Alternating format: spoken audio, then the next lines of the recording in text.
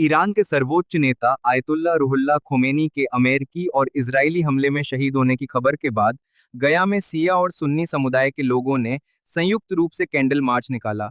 शहर के विभिन्न इलाकों से लोग शाम को एकत्रित हुए और हाथों में मोमबत्तियां लेकर शांति और एकजुटता का संदेश दिया। इस दौरान प्रतिभागियों ने हमले की कड़ी निंदा की और अंतर्राष्ट्रीय स्तर पर शांति बनाए रखने की अपील की।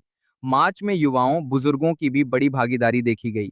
समुदाय के प्रतिनिधियों ने कहा कि यह मार्च किसी राजनीतिक उद्देश्य से नहीं, बल्कि मानवता और अमन के समर्थन में निकाला गया है।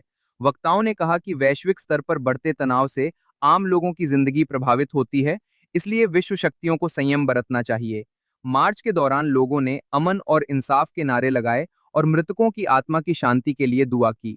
प्रशासन की ओर से सुरक्षा के पुख्ता इंतजाम किए गए थे। पुलिस बल मार्च के साथ मौजूद रहा ताकि कार्यक्रम शांतिपूर्ण तरीके से संपन्न हो सके।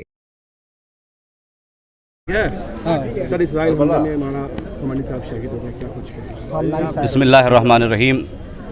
जुल्म फिर जुल्म है, बढ़ता है तो मिट जाता है, खून फिर खून है, टपकेगा तो जम जाएगा।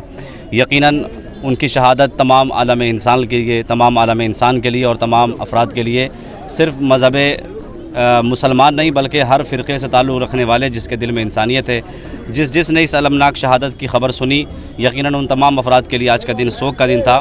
लेकिन सोचने का मकाम यह है कि एक 86 साल के बुज़ुर्ग ने आप अपनी जान का नजराना पेश करना गवारा किया, शहादत गवारा किया।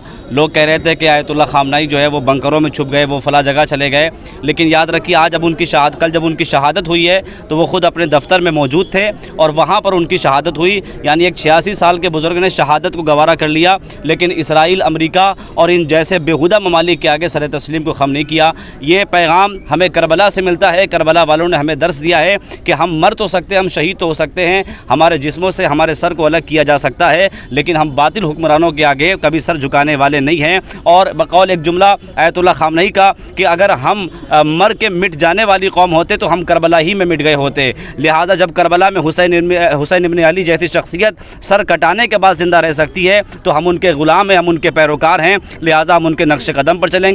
हम कल भी जिंदाबाद थे और हम आज भी जिंदाबाद रहेंगे।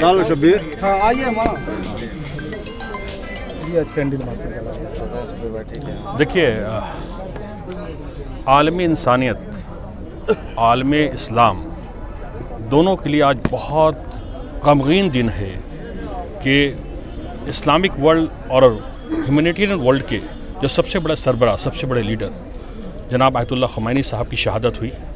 ये शहादत हमें करबला ले जाता है, जहाँ पर यजीद बातिल के साथ था, हुसैन हक पर थे और हुसैन ने यजीद का बैत नहीं किया, सर कटा दिया लेकिन बैत मंजूर नहीं किया। हमें लगता है वही कहानी आज दोहराई गई है। जुल्म अमेरिका करता है, इजराइल करता है, जालिम के सामने आयतुल्ला खोमेनी ने कभी सर नहीं झुकाया। 86 साल की उम्र में उन्होंने ये पैगाम दिया है इंसानियत को कि जुल्म कितना भी बढ़ जाए जुल्म ही होगा, हम सर कटाना गवारा है, ये सर झुकाएंगे नहीं और हक और इंसाफ के लिए, अधिकार के लिए लड़ते रहेंगे। तो यही पैगाम है आज भी। आप सोच कर देखें हमारे देश के लिए कितना बड़ा नुकसान है कि हमारे देश का हमेशा पैरवीकार कौन रहा है? ईरान रहा है। ईरान हमेशा खड़ा रहा है हिंदुस्तान के साथ। आज जब मुश्किल का दौर है तो आपके माध्यम से मैं भारत सरकार से ये निवेदन करता हूँ कि आप भी ईरान के साथ मजबूती के साथ खड़े हो जाएं।